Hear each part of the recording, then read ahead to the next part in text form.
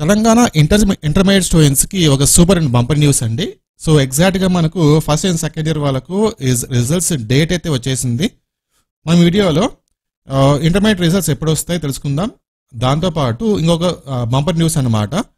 ఈసారి పేపర్ కరెక్షన్లో ఒక కొత్త విధానం వల్ల అందరికీ స్టూడెంట్స్కి ఈసారి చాలా చాలా మంచి మార్కులు అయితే రాబోతున్నాయి. ఓకేనా?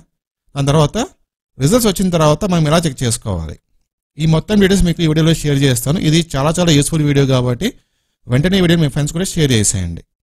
ఇంకా ఫ్యూచర్లో మీకు ఇలాంటి అప్డేట్స్ ఇంటర్మీడియట్ ఎగ్జామ్స్ గురించి, రిజల్ట్స్ గురించి, ఎంసెట్ గురించి, కౌన్సిలింగ్ గురించి మీకు ఎప్పటికప్పుడు అప్డేట్స్ కావాలంటే మన ఛానల్ తప్పకుండా సబ్స్క్రైబ్ చేసుకుని ఫాలో అవుతూ ఉండండి.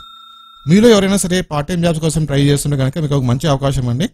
సో మొబైల్ ఉన్న ప్రతి ఒక్కరు కూడా ఈ జాబ్ అయితే చేసుకోవచ్చు, పార్ట్ టైంగా చేసుకోవచ్చు యాక్చువల్గా. సో నేను కూడా చేశాను, 1 డే వర్క్ అయితే చేశాను. అది కూడా 1 అవర్ వర్క్, 1 అవర్ మాత్రమే చేస్తారనమాట. సో ఆ 1 అవర్లో నాకు 3,500 రూపీస్ వచ్చింది. సో అంత అమౌంట్ ఎలా వచ్చింది, నేను చేసిన వర్క్ ఏంటి అని చెప్పేసి డీటెయిల్గా ఒక వీడియో చేశాను. ఆ వీడియోలో మీకు నా ఇన్కమ్ ప్రూఫ్ కూడా చూపించాను అనమాట.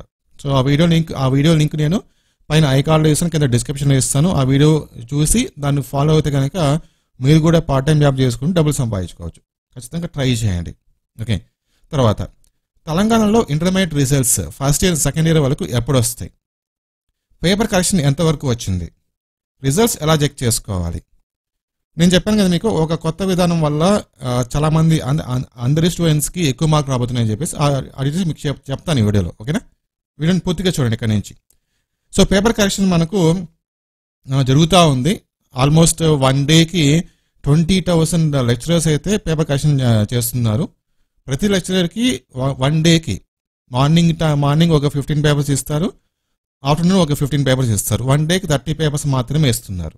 సో దట్ కొంచెం టైం తీసుకొని లెక్చరర్స్ పేపర్ కరెక్షన్ అయితే చాలా నీట్గా క్లియర్గా చేస్తారనమాట, ఎక్కడికైనా మిస్టేక్స్ లేకుండా. అదొక రీజన్. తర్వాత వన్స్ పేపర్ కరెక్షన్ కంప్లీట్ అయిన తర్వాత ఆ పేపర్ని ఏదైతే కరెక్షన్ అయిందో ఆ పేపర్ని 10 రకాలుగా ఫిల్టర్ చేస్తారనమాట. 10 రకాలుగా ఫిల్టర్ చేస్తారు. అంటే 10 మంది చెక్ చేస్తారు దాన్ని.